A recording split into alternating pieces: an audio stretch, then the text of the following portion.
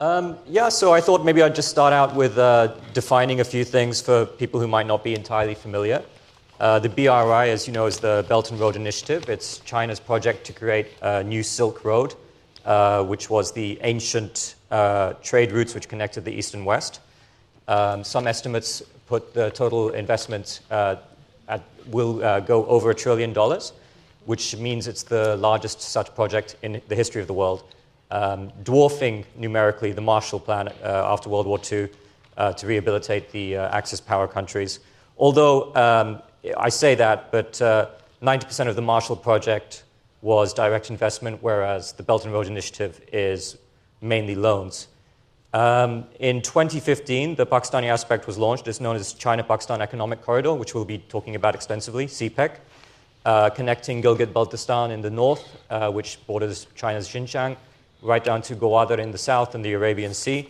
It's a series of ambitious projects, road, rail, energy, with a particular focus on the energy. There is solar, there is wind, there is hydro, but a particular focus on coal, which is very pertinent to what we're talking about right now with regards to the environment.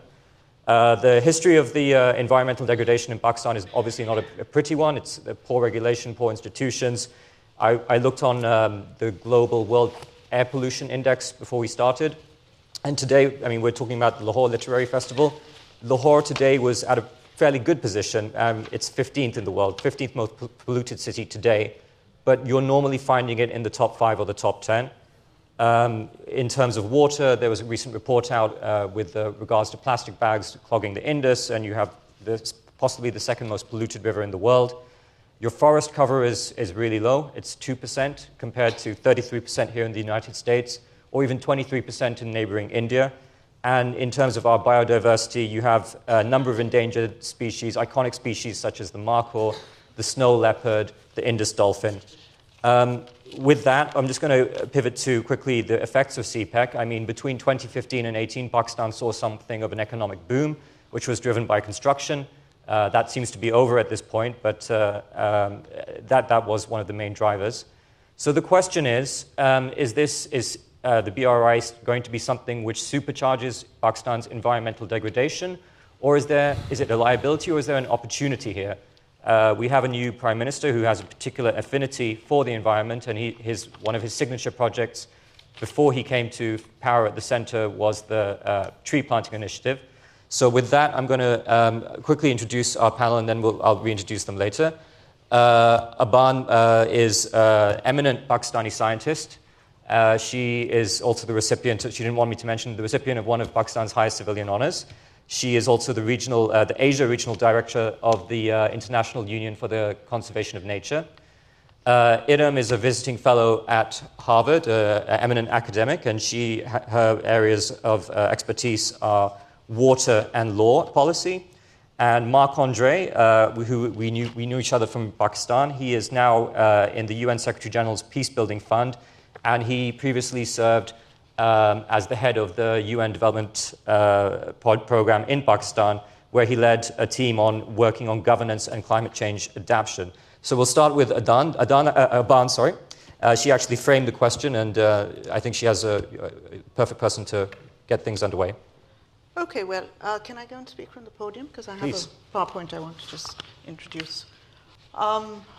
When Razi spoke to me originally and said that he wanted a session on the environment in Pakistan, I did say that that could be anything or nothing, because it's such a broad subject, as environment always is. But really to focus on what is probably going to be the greatest impact on the environment in Pakistan over the next, decades, is probably CPEC, which is the flagship, the China-Pakistan Economic Corridor, the flagship project of the Belt and Road Initiative. It's China's first and greatest investment in terms of the BRI, and it is massive, not just in Pakistan, but all over the world, the BRI.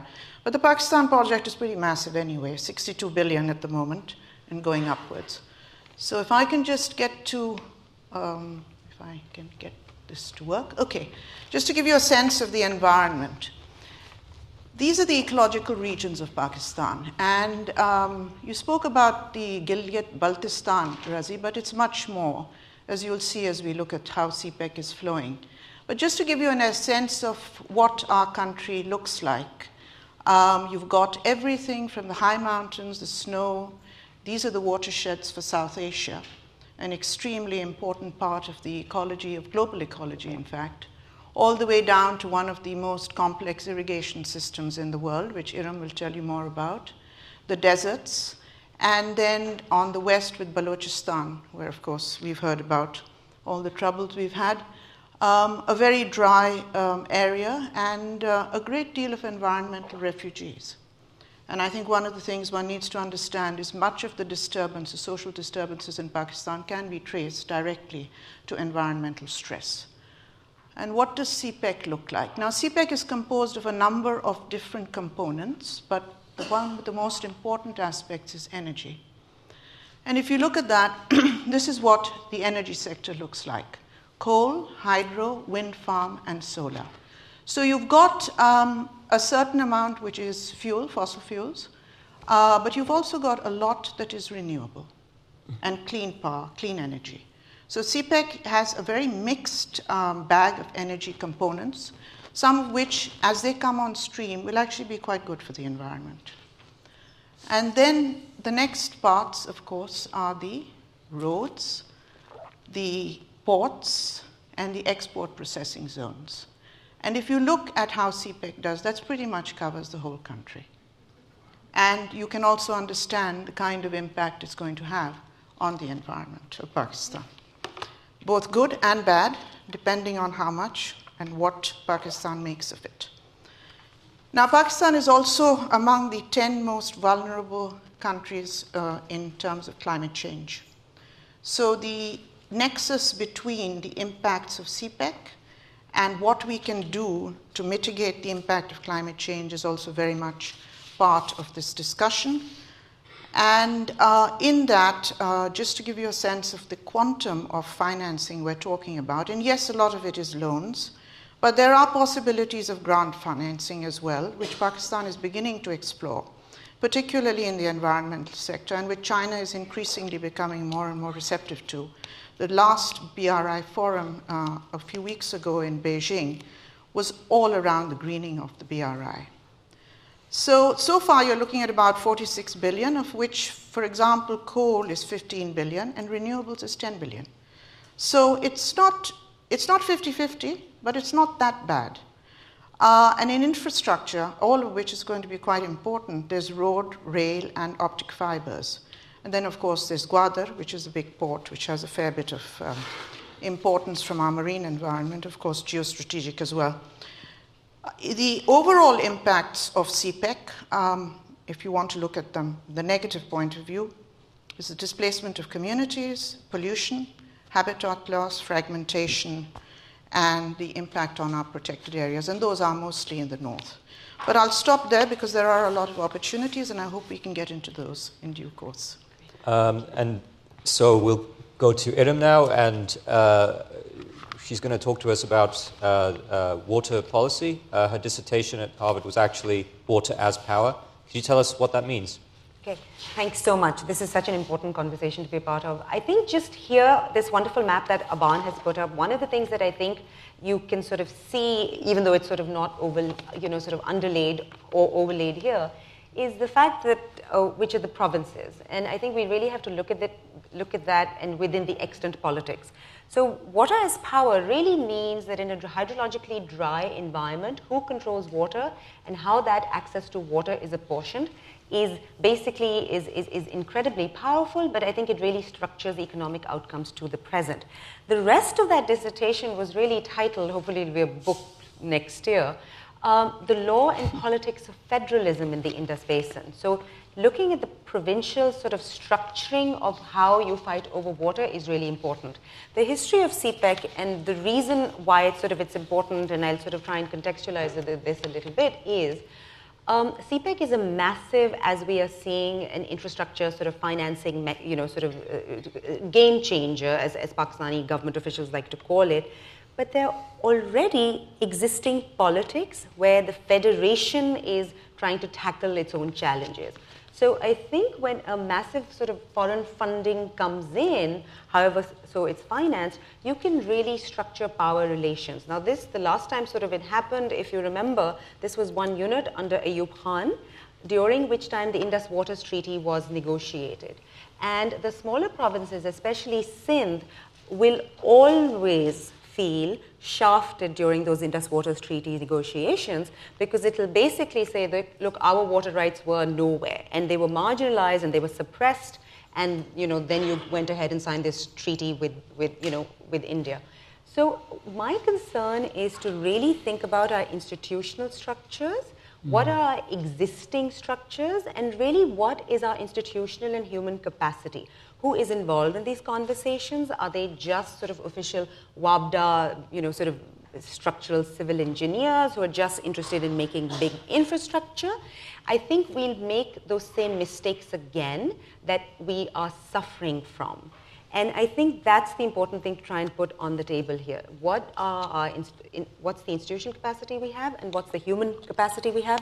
What's the disciplines of who is coming into these conversations to try and manage a massive infrastructure development program? And what will that do to Pakistan's existing federal structure?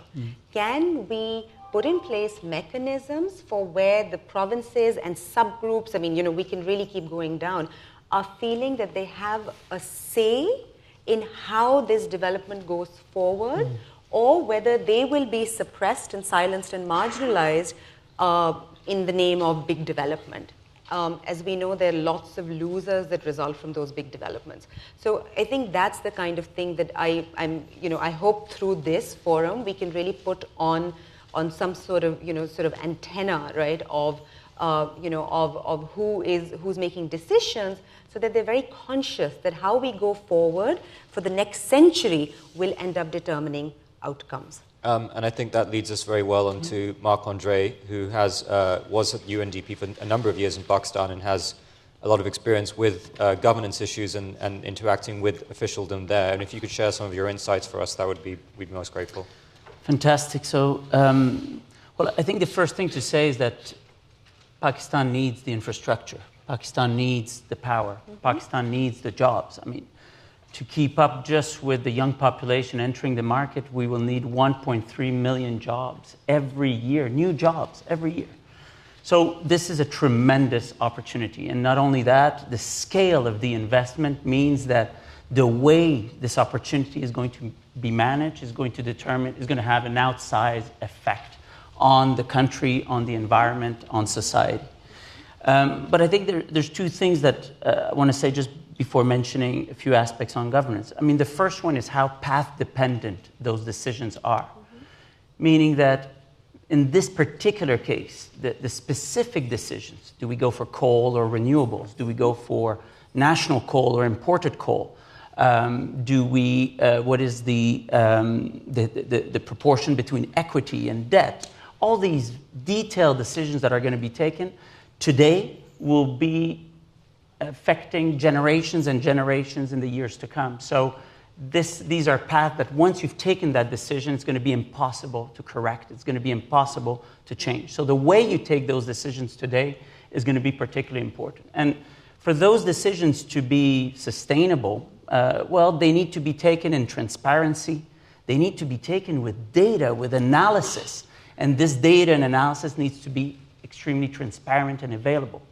And these decisions cannot be taken only calculating the benefits, the savings, the revenues that you're going to get, but also the costs. And all that has to be taken into consideration not only today, but for the future generations. That's essentially the definition of what sustainable development is.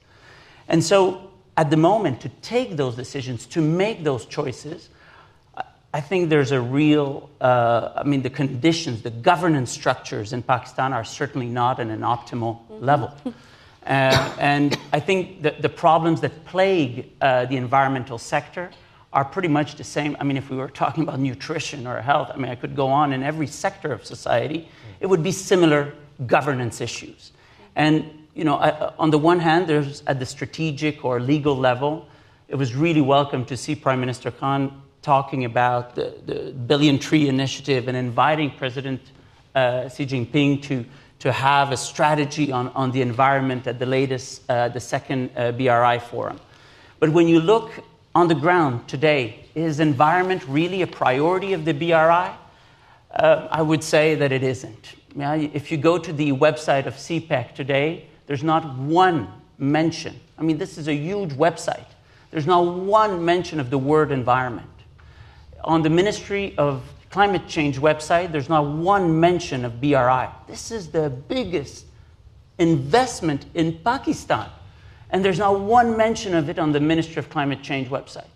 Of course, there are leaders speaking about it. There are leaders that are voicing their concerns. But if I'm a member of parliament for Balochistan, and I see all this investment coming, and the impact that it will have on the water table, I mean, there is, I would be extremely, extremely concerned.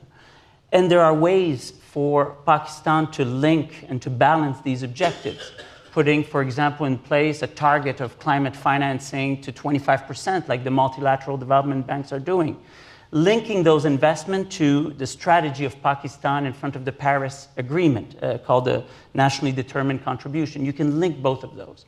So certainly there is a huge gap there, and this means that parliamentarians, social leaders, civil society organizations need to organize and need to advocate for this to become a priority and integrate this strategically as part of the BRI. This is not going to happen by divine intervention. The other is the legal framework. It's a real mess. You have a law that dates from 1997, before the 18th Amendment. The legal framework that governs the environment in Pakistan, at the moment, the federal law only applies to Islamabad, because the rest now is in the hands of the provinces. And the laws of the provinces are different. There's no coordination. The Council of Common Interest has not dealt with these issues of environment and coordination of those laws. And the EPDs are rubber stamp institutions. It is. They literally exist just to sign off on things. And so, and I could go on, but there's a high-level council led by the Prime Minister that is supposed to deal with some of these issues, called the Pakistan Environment Protection Council. It has met twice since 1984. So I could go on with some of those examples, but you can see the depth, I guess, of the challenge. Right. I want to draw Aban to something that you talked about just now, which was the decisions that you're going to be making now will have ramifications decades from now. And one of those decisions that we learned from your slide was the tilt towards coal, a legacy technology, which Pakistan seems to be really doubling down on, and this is the majority of the energy mix that CPEC is bringing. What are your views toward that? And if I could also pick you up on, you mentioned the BRI meeting, and what are your views about the impact that the new Prime Minister can make, if any, on shaping these policies? Okay, there are two separate questions, but let's go to the first one on coal. Look, I mean, from an environmental point of view, coal is bad, okay? I mean, there's no question about it in terms of its impact, fossil fuels, climate change, and we have about 12 years now before we hit, the point of no return on climate. But, having said that, Pakistan needs energy. If we are to develop as an economy, we need energy. And yes, all these years we've been working on natural gas. Yes, thar coal, lignite, poor quality coal is not great. But if you go and see the thar coal project, a lot of the stuff that they talk about, and accepting that, okay, the country has made a decision, we're having a certain amount of coal power developed, because we need to, because in the short term, we don't have the capacity to really generate all the energy we need through renewables, although that too is a bit of a debate, but be that as it may, decisions have been made. There's a lot of myth around the coal about bad technology, dirty technology, cheap Chinese technology. It's not true. The technology in thar coal is General Electric. They won out on the bid, much to the annoyance of the Chinese. And I know this because we work with Engro. It's got some of the cleanest technology that exists today.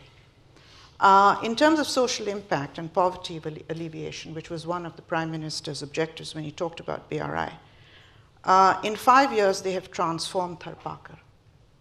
And it's thousands and thousands of people. Illiterate women have been trained to drive dumpster trucks. It has completely changed the economy of the area. Now, this is the benefit of BRI. And yes, it's over coal, which is always going to cause us a bit of concern. But there is a bigger story there, okay? So, yes, we have a lot of environmental problems. Goodness, you know, I've been working with them for 40 years. But the point is that there's a lot that's being done. And the awareness today in Pakistan and the willingness to take the right kinds of decisions, even within, you know, the capacity, the limited capacities of the EPAs and the provinces and the government, is far greater than it's ever been. And if the resources are available, if the policy framework is put into place, and here actually the Chinese can be very helpful, because Xi Jinping's, they've taken a lot of the criticism of BRI on board, including the debt sustainability framework, which they're now discussing in terms of any loans to countries. And they've accepted a lot of that, and they're now internalizing it into their policies. And once they internalize it, it goes right through the system. For those who don't know, that's the debt diplomacy, so-called, it's a criticism which is heard these days, especially from, of course, the US, that China's part of the IMF discussion. Predatory lender. And how much of this is going to pay loans that have been given by CPEC. Anyway, so from all those points of view, you know, you have to see coal within the lens of that. Now, if you talk to the Thar coal people, they'll tell you, we have 30 years of coal. After that, we know we've got to go into renewables. The government will tell you 30% renewables is on the agenda, and we're building that. So it's not as if it's there's a 1,000 megawatt solar park coming in Bahawalpur, right? Yes, was that built now? Exactly. So, you know, it's got different sides. And in terms of, yes, the Prime Minister, I mean, he's been talking about trees since God knows when. And it's working. I mean, I know there's a lot of criticism about it, but we've monitored a lot of that through Landsat.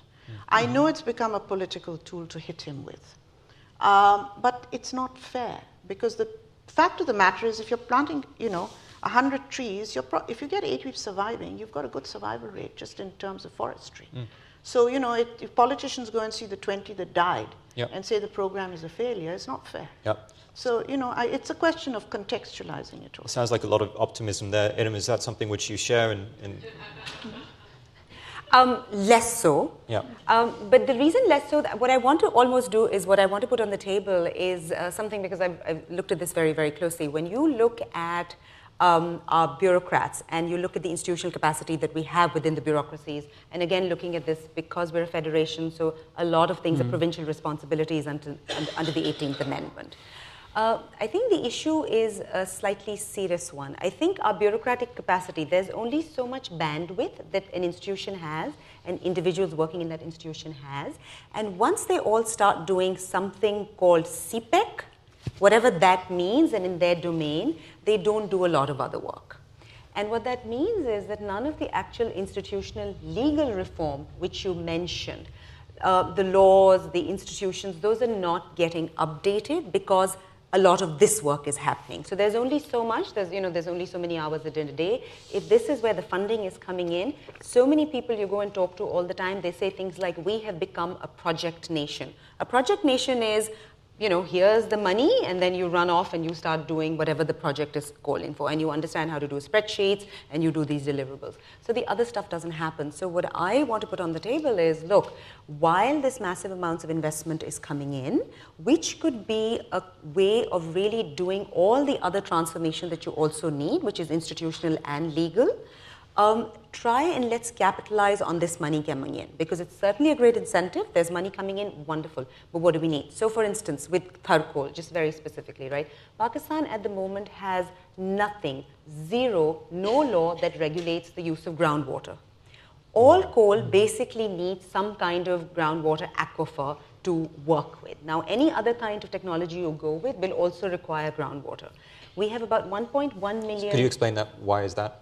You need it for mining, cooling, and I mean, even if it's for sort of, where you're looking at panels and then panels need cooling. And obviously hydropower, which we didn't touch upon, right? So there's an indigenous effort to create a lot of big hydro infrastructure. Obviously that's all water. But on groundwater, essentially, which is about 60% of the current freshwater use that is used in the country for all kinds of purposes is essentially the underground aquifer. And there's no law on the books at the national level or the provincial level that regulates groundwater. That means it's a real free-for-all. And the way to think about it is, if everybody is, you have a big glass and whoever puts the longest straw in the glass can really dry up that entire aquifer. So a lot of really serious structural reform has to happen. So what I want to think, what I hope policymakers also start thinking about is, okay, great, this is wonderful, let's go do all of this, but there's a lot of other work that the country needs to do, which is institutional and legal, and we need to build up a lot of expertise. And let's not lose focus on that. So I just want to put, I want us to have us think in these integrated ways. If we don't do that, I think we're going to have serious problems. You want to come back on that, Aban? Please go. Basically, I agree with Erum, but I think what one also needs to understand is that CPEC is, yes, it talks about the projects. But overall, as with any of these infrastructure developments, this whole concept of ribbon development that you think about roads. But think of BRI as having massive ribbon development globally. Along this is coming. Sorry, just for people who aren't aware, could you explain ribbon development? Well, okay. When you have a road, Yep. you have all kinds of things that come along the road, like little restaurants and maintenance shops and villages and, all kind of little economies that go along a road because it's a means of living that develops along it. So, you go into Karachi today, you have Chinese hairdressers, you have a multiplicity of Chinese restaurants, which cater to the Chinese to a great deal. Sure. But what is more important is, and it points to your capacity, we have thousands of Pakistanis now going to university in China. You also have a lot of Chinese language schools being developed in Pakistan. The Belt and Road Initiative and CPEC is going to bring with it not just infrastructure. It's going to bring a whole culture of China and its philosophies and its beliefs and its traditions, which I don't think most people have even begun to understand the impact of.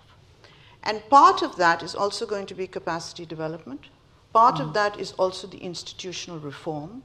There are lots of things. In fact, if you look at the latest edition of Nature, there's a whole series of articles today on BRI and the academic twinning up of the sciences between Chinese institutions and institutions in Pakistan. Institutions in Pakistan which are now Pak China institutes that are actually working specifically on scientific papers analyzing the institutional reform aspects. So this is not to be optimistic. This is just to give you a sense of what's happening on the ground, which generally speaking is not spoken about and is not really known. Yeah. Do you think that the discourse is perhaps shaped in the West by, for example, skepticism towards China and Schadenfreude and all of that? Is that something which you think? Yes. Okay. Very much so. Yeah. Sorry, Mark, did you want to? I do share that optimism in a sense that, again, we need the jobs. There's a recent study of the World Bank, just the infrastructure investments of the BRI will remove 1.3 million people out of extreme poverty. So those roads are very necessary, but you need to take into account the long-term costs and to integrate this into the institutional decision making. And frankly, I don't see that happening today. Hopefully, this will happen, but there are ways. We are in 2019. We know now how to do environmental assessments. There's extraordinary experience now. Pakistan can take those on relatively straightforward, and there are the means to finance those things. You can apply a very small fee to every project to do so. But you need to have the willingness. You need to be able to build the structures of transparency that would allow that to happen.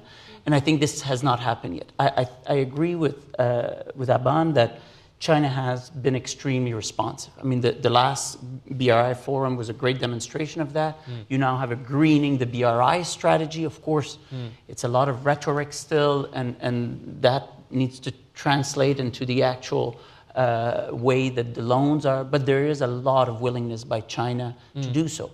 I think now it's incumbent upon Pakistan to take that a lot more seriously and to do the homework. I mean, there's been almost no environmental assessment of any BRI project that has been refused by the government. I mean, that doesn't exist in any country, especially a coal project and environment. So at some point, you need to have that EPA. You need to have an EPA that is strong, that is independently financed. It's so dependent at the moment from the politicians because it's not independently financed that it's not able to do the job for Pakistanis. Well, in terms of air pollution, we have some of the worst in the world, but we don't even get government data, which is published online. We have to rely on people's home monitoring systems and networks that people themselves have set up and air pollution monitors. And we're talking not just the worst in South Asia, we're talking among the worst in the world, and the government doesn't want that data out there right now. So I think that's kind of a guideline as to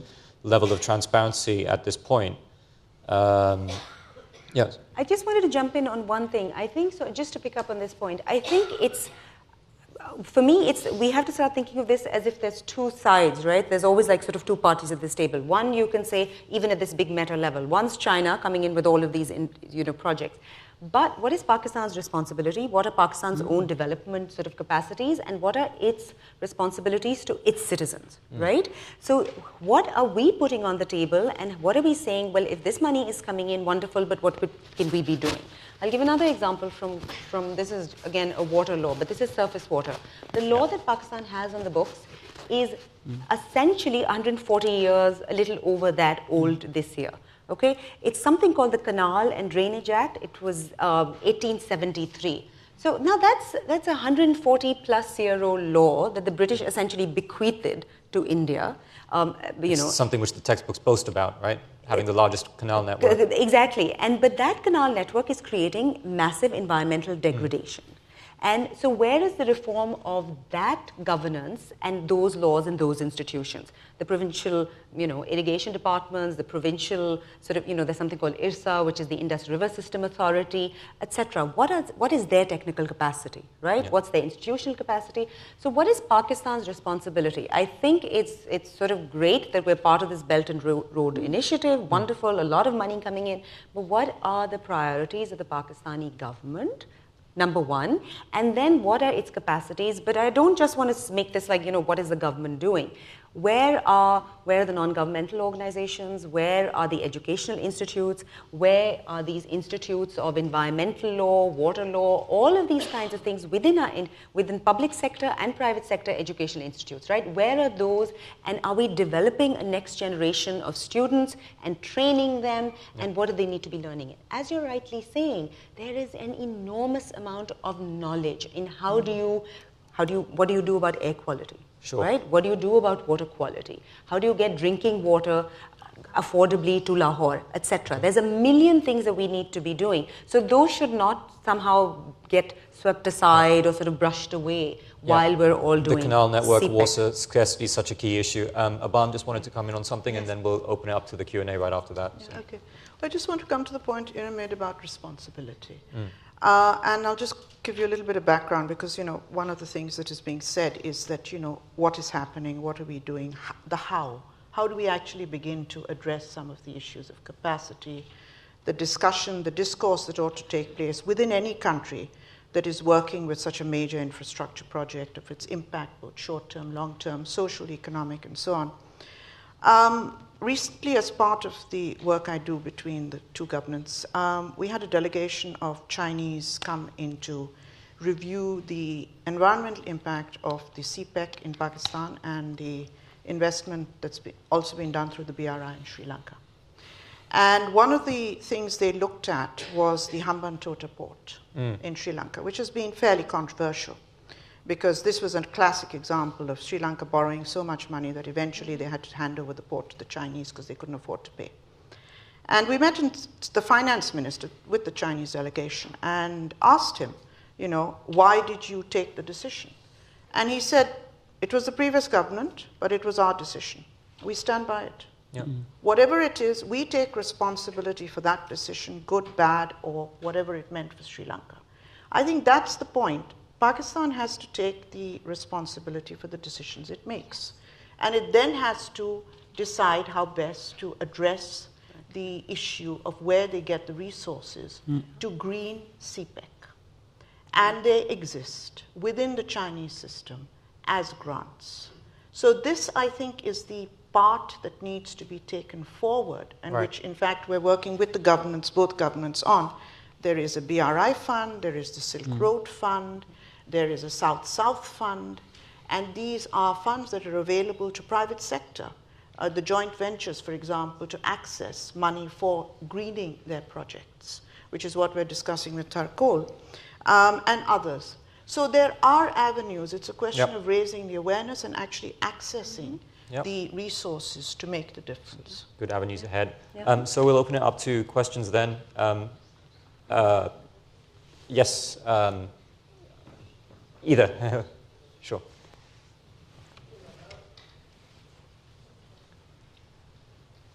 My name is Shazia Rafi, and I work with Air Quality Asia.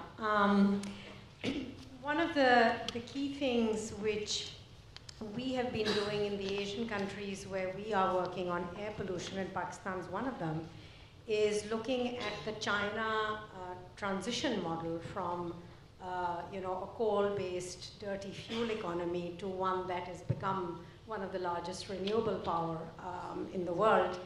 And one of the key elements which they are beginning to work with Pakistan on, and I'd like Aban to comment on that, is getting the financial sector in the country to build a green economy and to build green financing models.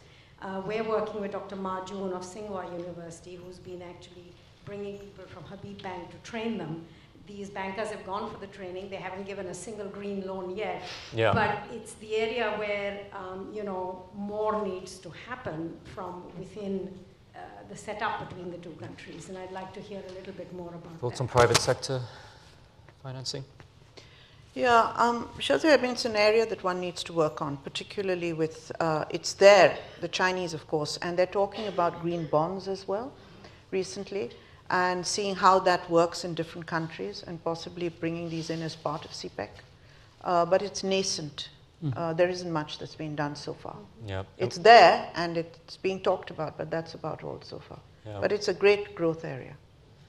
My friend Johan, actually, I didn't want to call him first, but it's up. Sure. I'm from Sri Lanka. Please. So I just really want to, I was going to comment, Aban also mentioned Sri Lanka. I think all kudos for the finance minister to be so strong about his commitment to the Chinese loan. But to go back to a question that was also asked on the panel, the people of Sri Lanka had no idea what was happening with the Chinese investments, either with the Hambantota port or with the port city. Sure. So I just really want to put that on the table, and I want to ask, I want to reiterate what Erum, I think you said, which is about where are all the civil society representatives, where is the information going to civil society, to the citizens that voted this government in, or voted, we are both relatively democratic countries, and how does that pan out, particularly because we are talking about water for women in Pakistan, because water is a very important issue for women in Pakistan, and how does that pan out? I'm so grateful. Thank you so much for putting that in. And I'll give you one anecdote, because I think a lot of times anecdotes can be very helpful for us to tell sort of stories. While I was doing my sort of field work for my dissertation, what was fascinating was I was coming with this big Harvard hat, working with somebody who was a wonderful professor, John Briscoe, who was a great friend of Pakistan's, real expert, etc. So I had all of these access to government agencies, right? Sort of, bureaucracies at all levels. Once you get in there and once you come and someone that they want to cooperate with, they will give you stuff. But I assure you that there is not a student, and I go talk to students throughout Pakistan, for instance, so I'll just put it from that perspective, because I want students to be interested and care and what is happening around them. They're the ones getting all of this education, right? How are they going to learn? And then how are they going to participate in these high-level sort of things decisions that are being made about them? You cannot even, as a student coming from any university in Pakistan, walk into any sort of federal bureaucracy. Like, you won't even get into the gate, much less go in and be able to see anyone, right? And the data is not present. It's not available. It is behind very, very big walls that are guarded. So I agree with you. I think and this is the big revolution that really just happened in the US where we are sitting and talking, right? There is massive amounts of data available. Students, researchers, professors, academics, people look at stuff all the time. And I think that produces better results.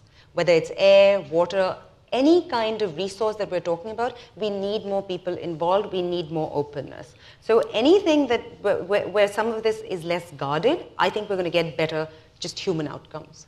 That's something you want to jump in on? I mean, I love your question as well, because, I mean, if a transparent, open, detailed process would have been undertaken regarding, for example, the motorway between Islamabad and Lahore, would you invest that amount of money in a motorway that is used by a very small minority of people?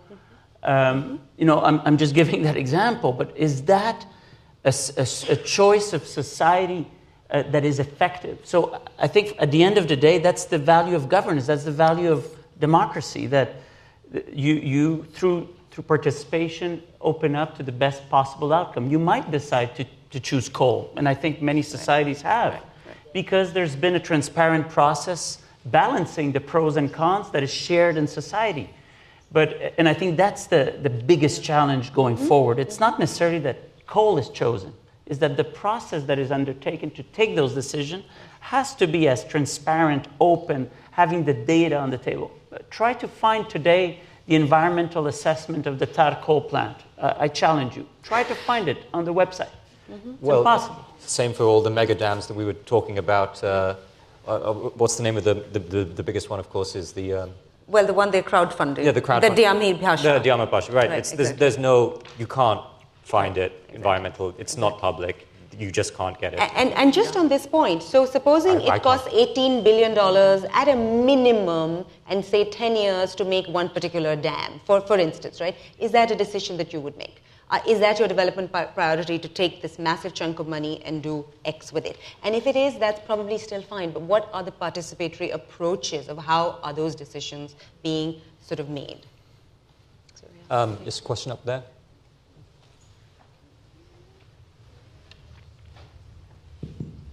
Hi, okay.